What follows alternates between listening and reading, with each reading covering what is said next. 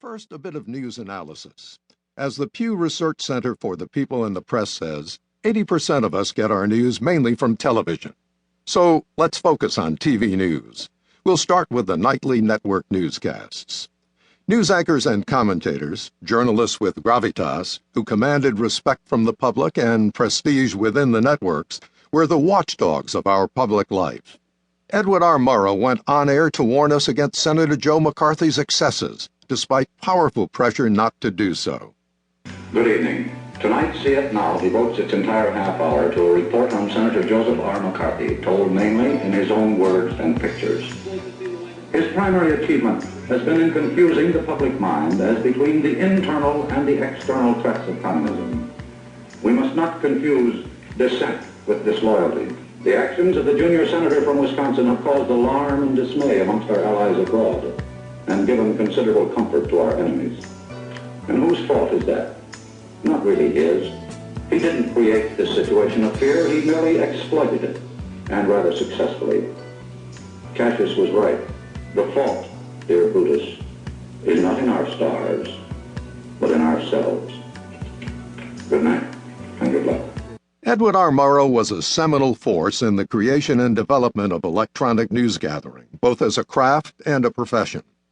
His career began at CBS Radio in 1935, his rich, expressive voice first coming to the attention of America's listening public in his many rooftop radio broadcasts during the Battle of Britain in 1939. This is London. The Germans brought their battery of radio transmitters to bear on Britain this evening and poured out an hour-and-a-half speech by Herr Hitler, accompanied by a running translation in English. Und von jetzt ab wird Bombe mit Bombe vergolten. From now on, bomb will be met by bomb. Herr Hitler came down to the real purpose of his speech. He spoke of Mr. Churchill. Only a few weeks ago, Mr. Churchill said he wanted war. Only a few weeks ago, he started air raids on civilians. Herr Hitler said he had ordered hardly any reprisals. But his reply, which would come one day, would bring people endless suffering and misery. Britain would be annihilated. The German Fuhrer could see no reason why this war must go on. It would claim millions of lives. It may well have been only the opening gun in a new peace offensive. A peace offensive designed to place the responsibility for the continuation of the war upon Britain. After the Second World War, Murrow helped television eventually become the nation's most popular news medium.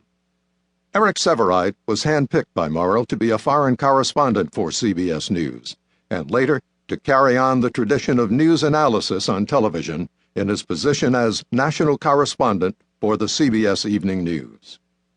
Mine has been here an unelected, unlicensed, uncodified office and function. The rules are self-imposed. These were a few. Not to underestimate the intelligence of the audience and not to overestimate its information. To elucidate when one can more than to advocate. To remember always that the public is only people and people only persons, no two alike. To retain the courage of one's doubts as well as one's convictions in this world of dangerously passionate certainties. To comfort oneself in times of error with the knowledge that the saving grace of the press, print, or broadcast is its self-correcting nature. And to remember that ignorant and biased reporting has its counterpart in ignorant and biased reading and listening. We do not speak into an intellectual or emotional void. One's influence cannot be measured.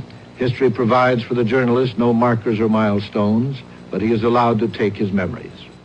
Comedian Jay Leno remembers the Cronkite and Sevareid combination on the CBS Evening News.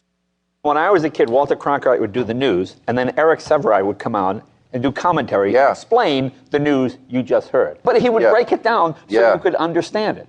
Harvard professor John Quelch contrasts the journalism of Murrow and his highly respected executive producer, later CBS News president Fred Friendly, to that of cable TV news today. If I was an old-time journalist, someone like Fred Friendly, for instance, I can imagine someone like him tearing his hair out at the thought that journalism would have got to the point where opinion and fact could no longer be easily distinguished. It was the glory age of television news, without the pressure of a 24-hour news cycle, and with time to exercise greater discretion before reporting the news.